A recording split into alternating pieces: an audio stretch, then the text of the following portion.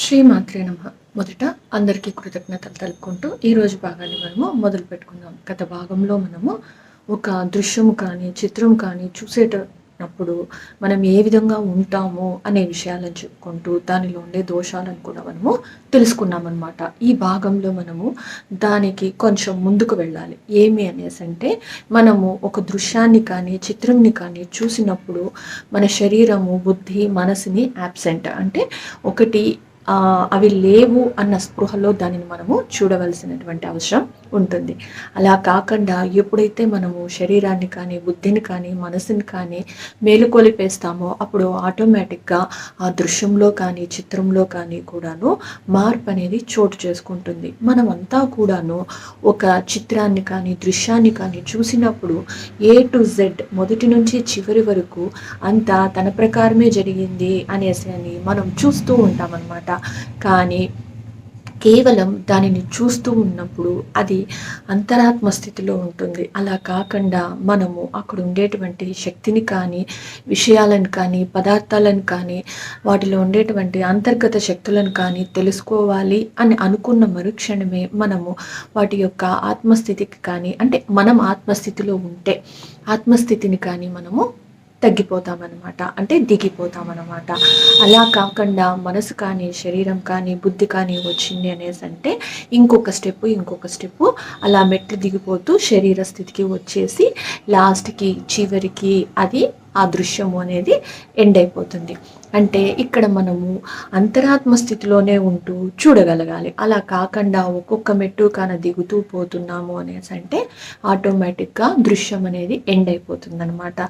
ఏ విధంగా అయితే కలలో మనకు నిద్ర లేవడానికి ఒక 48 మినిట్స్ ముందు కానీ, లేకపోతే మన శరీర తత్వాన్ని, స్థితిని బట్టి ఆ టైం అనేది కూడా మారుతూ ఉంటుంది. అందుకని మనం అందరూ కూడాను మెలకువని లేకపోతే గాఢ నిద్రకి మధ్యలో ఉండేటి సమయంలోనే మనము దానిని చూసినదంతా కూడాను గుర్తు చేసుకునే అవకాశం అనేది ఉంటుంది. చాలామందికి శరీర స్థితికి వచ్చిన తర్వాత ఏదైతే చూసామో అది వెంటనే మర్చిపోవడం కానీ, నిద్ర లేచిన తర్వాత మర్చిపోవడం కానీ జరుగుతూ ఉంటుందన్నమాట. మనమంతా చూసేదంతా కూడాను గాఢ స్థితిలోనే, అంటే గాఢ నిద్రలోనే ఆ అనుభూతులన్నీ కూడా మనము పొందుతాం. అదంతా కూడాను అంతరాత్మస్థితి లోనే మనకి ఉంటుందన్నమాట. అలా కాకుండా మనం ఎప్పుడైతే తగ్గిపోతూ వస్తామో, ఒక్కొక్క మెట్టు దిగుతూ వస్తామో మనం చూసే విధానం కూడా మారిపోతుంది. మనం ఎవరిదైనా కూడా అనుభూతిని కానీ, అనుభవాన్ని కానీ వినినప్పుడు వాళ్ళు మొదటిలో అంతరాత్మ స్థితిలోనే ఉంటారు, తర్వాత ఆత్మస్థితికి వచ్చేస్తూ ఉంటారు. ఇది కామన్. ఎందుకు అంటే అంతరాత్మ స్థితిలో దృశ్యాన్ని చూసినప్పుడు భూత భవిష్యత్ వర్తమానాన్ని చూసాము, జ్ఞానాన్ని తెలుసుకున్నాము, అంటే కొత్త విషయాలను మనం గ్రహించినాము. కానీ ఆత్మస్థితికి వచ్చేటప్పటికి మనము దానిలో ఉండేటువంటి జ్ఞానంని గుర్తు పెట్టుకోవాలి. కాబట్టి ఆత్మస్థితిలో దానికి సంబంధించినటువంటి థియరీని, అంటే విషయాన్నంతా కూడాను మనము గుర్తు పెట్టుకుంటామన్నమాట. దానికంటే మనసు స్థితికి, బుద్ధి స్థితికి, శరీర స్థితికి కనుక వచ్చినట్టయితే అసలు ఆ దృశ్యమే మారిపోయి ఉంటుందన్నమాట. కానీ దానిని ఒక దృశ్యం యొక్క అనుభవాన్ని చెప్పినప్పుడు తేలికగా దానిని మనము గుర్తుపట్టవచ్చు. వారు ఏ స్థితిలో ఉండి ఆ దృశ్యాన్ని చూశారు, లేకపోతే చిత్రాన్ని చూశారు అన్న విషయాన్ని మనము వాళ్ళ యొక్క అనుభవాన్ని చెప్పినప్పుడు మనకు అర్థమవుతుందన్నమాట. ఏ స్థితిలో ఉండి వాళ్ళు దానిని చూశారు అని, తర్వాత ఆ చూసిన దృశ్యము ఏ స్థితి వరకు మారిపోయింది అనే విషయాన్ని కూడా మనము అనలైజ్ చేసుకోవచ్చు. అంటే దాని యొక్క వివరణను మనము గ్రహించవచ్చునమాట. సో ఈ విధంగా ఒక దృశ్యంలో మనం చూసినటువంటి జ్ఞానం అంతా కానీ, లేకపోతే ఆత్మజ్ఞానము, అంతరాత్మ జ్ఞానము అంతా కూడాను మనము శరీర స్థితిలోకి వచ్చి, అంటే super conscious mind, sub conscious mind, conscious mind, ఈ 3 స్థితులలోకి వచ్చినే శరీర స్థితికి వచ్చినప్పటికే మనం దానిని గుర్తు పెట్టుకోగలము, గుర్తు ఉంచుకోగలం అన్నమాట. అలా లేదు అనేసి అంటే అది సూపర్ కాన్షియస్ మైండ్ నుంచి సబ్ కాన్షియస్ మైండ్ వరకే వెళుతుంది. కానీ శరీర స్థితి అనేది అవేర్నెస్ కానీ, లేకపోతే ఎరుక అనేది కానీ, జాగృతం అనేది కానీ చేయకుండా ఉండడం వల్ల, లేకపోవడం వల్ల దానికి ఇంకా ఒక ముఖ్య కారణం ఉన్నది. అది తర్వాత తెలుస్తుంది. ఆ విధంగా ఉండడం వల్లనే మనం చూసినటువంటి దృశ్యాలను మర్చిపోతూ ఉంటామన్నమాట. సో, ఈ మూడే కాకుండా ఇంకొక కారణం ఏమి అనేసంటే నిర్వికల్ప సమాధి స్థితి అన్నమాట.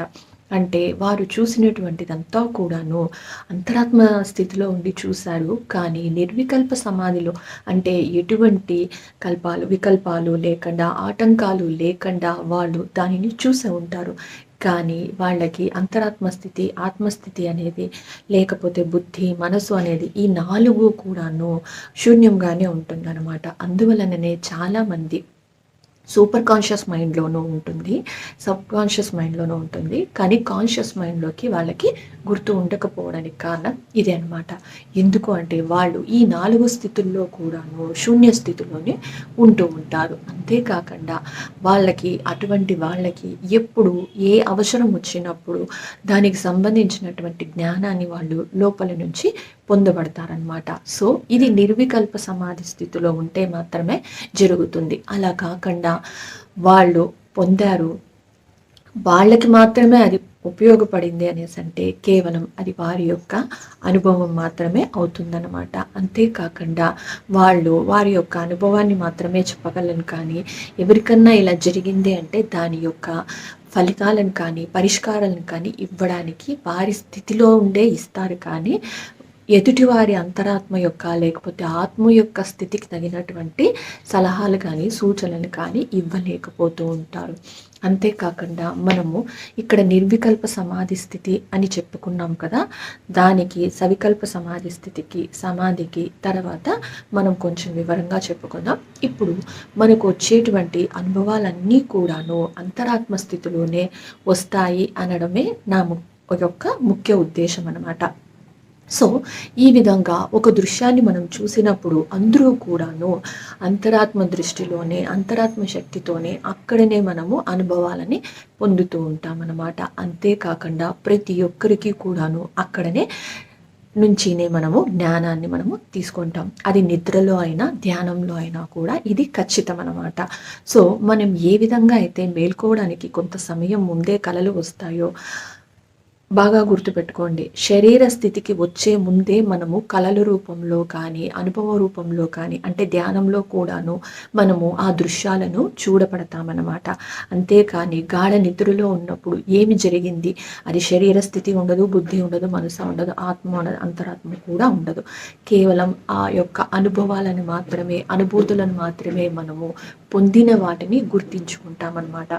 ఏ విధంగా అయితే నిద్రపోతే మనకి ఏమీ తెలియదు అనేసి చెప్తామో అదేవిధంగా మనకు అంతరాత్మ స్థితిలో పొందిన అనుభవాలను కూడాను మనం గుర్తించుకోవాలి అని అనుకున్నప్పుడు అంటే సవికల్ప సమాధి స్థితిలోనే అవి గుర్తుండడం అనేది జరుగుతుందన్నమాట. చాలామందికి కళలు గుర్తుండకపోవడానికి కారణం నిర్వికల్ప సమాధి స్థితిలో వారు ఉండి ఆ అనుభవాలని పొందడమే. అది ధ్యానంలో అయినా కళలో అయినా ఒకటే, సమానమే. సో, ఇక్కడ ప్రతి ఒక్కరికి కూడాను ఈ దృశ్యాలు గురించి మెయిన్గా నేను చెప్పడానికి కారణం కూడాను మనము అంతా కూడాను ఏ విధంగా ప్రయాణం చేసినా కూడాను మనందరి యొక్క లక్ష్యం కానీ, ముఖ్య ఉద్దేశం కానీ, గమ్యం కానీ అంతా ఒకటే. అదే అంతరాత్మ వరకు, మూలం వరకు మనము చేరుకోవడం అన్నమాట. సో, ఈ విధంగా ఈ జ్ఞానాన్ని మనం తెలుసుకోవాలి అనేసి అంటే మొట్టమొదటిగా ఫౌండేషన్స్ అనేటివి మనకు చాలా ఉపయోగపడుతుంది. ఏబిసిడీలు కానీ లేకపోతే వాటిని ప్రొనౌన్సియేషన్ చెప్పడం కానీ తెలియకపోతే ఇంగ్లీష్ ఏ విధంగా అయితే మాట్లాడలేమో, ఏ అక్షర జ్ఞానము లేకపోయినా మనం తెలుగు మాట్లాడతాం. ఎందుకు అంటే మదర్ టంగ్, మాతృభాష కాబట్టి వాళ్ళు ఎటువంటి లిపి కానీ వ్యాకరణం కానీ లేకపోయినా మాట్లాడతారు. కానీ ఒక విషయాన్ని మనము కూలంకషంగా కానీ అనుభవ జ్ఞానంతో పొందాలి అనుకున్నప్పుడు దాని యొక్క అనుభవాన్ని మనము చవి చూస్తేనే, తెలుసుకుంటేనే మనకు అది వస్తుందన్నమాట. సో, ఈ విధంగా ప్రతి ఒక్క విషయానికి కూడాను మనము జ్ఞానము, అనుభవ జ్ఞానం అనేది పొందడము లేకపోతే తెలుసుకోవడం అనేది చాలా ముఖ్యము. సో, ఈ విధంగా మనకు దృశ్యాలు అనేటివి చూసినప్పుడు వాటి వలన మనము తెలుసుకునే జ్ఞానము అపారంగా ఉంటుంది, అమితంగా ఉంటుంది, అక్షయంగా ఉంటుంది అన్నమాట.